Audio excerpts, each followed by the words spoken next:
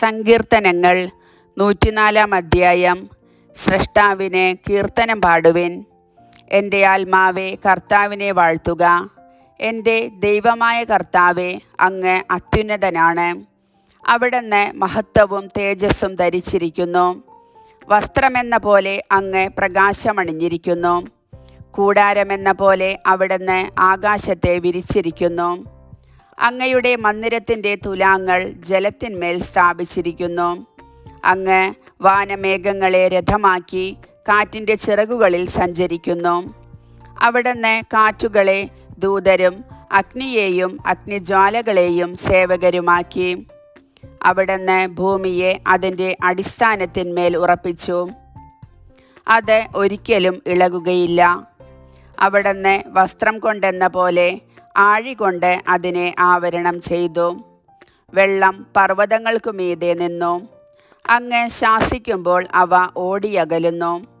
അങ്ങ് ഇടിമുഴക്കുമ്പോൾ അവ പലായനം ചെയ്യുന്നു.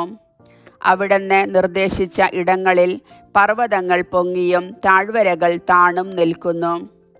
ജലം വീണ്ടും ഭൂമിയെ മൂടാതിരിക്കാൻ അങ്ങ് അതിന് അലംഘനീയമായ അതിരു നിശ്ചയിച്ചു.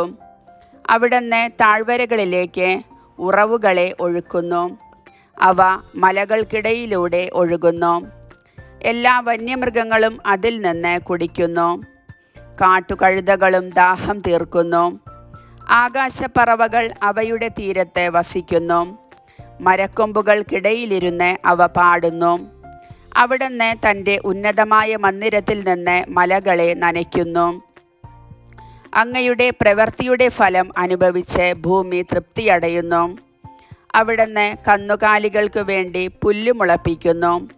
മനുഷ്യന് ഭൂമിയിൽ നിന്ന് ആഹാരം ലഭിക്കാൻ കൃഷിക്കു വേണ്ട സസ്യങ്ങൾ മുളപ്പിക്കുന്നു.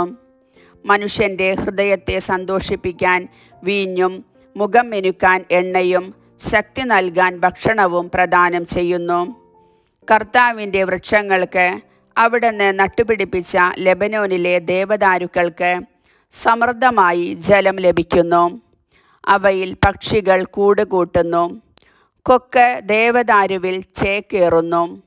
ഉയർന്ന പർവ്വതങ്ങൾ കാട്ടാടുകൾക്കും പാറകൾ കുഴിമുയലുകൾക്കും സങ്കേതമാണ്.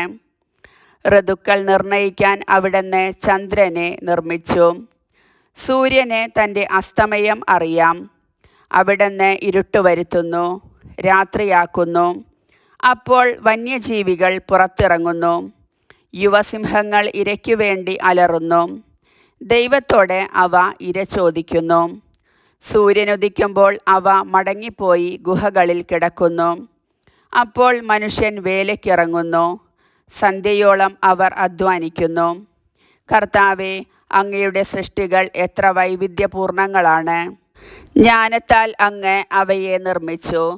ഭൂമി അങ്ങയുടെ സൃഷ്ടികളാൽ നിറഞ്ഞിരിക്കുന്നു. അതാ വിസ്തൃതമായ മഹാസമുദ്രം. ചെറുതും വലുതുമായ അസംഖ്യം ജീവികളെ കൊണ്ട് അത് നിറഞ്ഞിരിക്കുന്നു. അതിൽ കപ്പലുകൾ സഞ്ചരിക്കുന്നു. അങ്ങ് സൃഷ്ടിച്ച ലെവിയാഥൻ അതിൽ വിഹരിക്കുന്നു. യഥാസമയം ഭക്ഷണം ലഭിക്കാൻ അവ അങ്ങയെ നോക്കിയിരിക്കുന്നു. അങ്ങ് നൽകുമ്പോൾ അവ ഭക്ഷിക്കുന്നു. അങ്ങ് കൈ തുറന്നു കൊടുക്കുമ്പോൾ അവ നന്മകളാൽ സംതൃപ്തരാകുന്നു. അവിടുന്ന് മുഖം മറയ്ക്കുമ്പോൾ അവ പരിഭ്രാന്തരാകുന്നു. അങ്ങ് അവയുടെ ശ്വാസം പിൻവലിക്കുമ്പോൾ അവ മരിച്ച് പൂഴിയിലേക്ക് മടങ്ങുന്നു. അങ്ങ് ജീവശ്വാസം അയക്കുമ്പോൾ അവ സൃഷ്ടിക്കപ്പെടുന്നു. അങ്ങ് ഭൂമുഖം നവീകരിക്കുന്നു. കർത്താവിൻ്റെ മഹത്വം എന്നേക്കും നിലനിൽക്കട്ടെ. കർത്താവ് തൻ്റെ സൃഷ്ടികളിൽ ആനന്ദിക്കട്ടെ. അവിടുന്ന് നോക്കുമ്പോൾ ഭൂമി വിറകൊള്ളുന്നു. അവിടുന്ന് സ്പർശിക്കുമ്പോൾ പർവ്വതങ്ങൾ പുകയുന്നു. എൻ്റെ ജീവിതകാലം മുഴുവൻ ഞാൻ കർത്താവിന് കീർത്തനം പാടും. ആയുഷ്കാലമത്രയും ഞാൻ എൻ്റെ ദൈവത്തെ പാടി സ്തുതിക്കും. എൻ്റെ ഈ ഗാനം അവിടത്തേക്ക് പ്രീതികരമാകട്ടെ. ഞാൻ കർത്താവിൽ ആനന്ദിക്കുന്നു. പാപികൾ ഭൂമിയിൽ നിന്ന് നിർമ്മാർജ്ജനം ചെയ്യപ്പെടട്ടെ. ദുഷ്ടന്മാർ ഇല്ലാതാകട്ടെ. എൻ്റെ ആത്മാവേ കർത്താവിനെ വാഴ്ത്തുക. കർത്താവിനെ സ്തുതിക്കുക.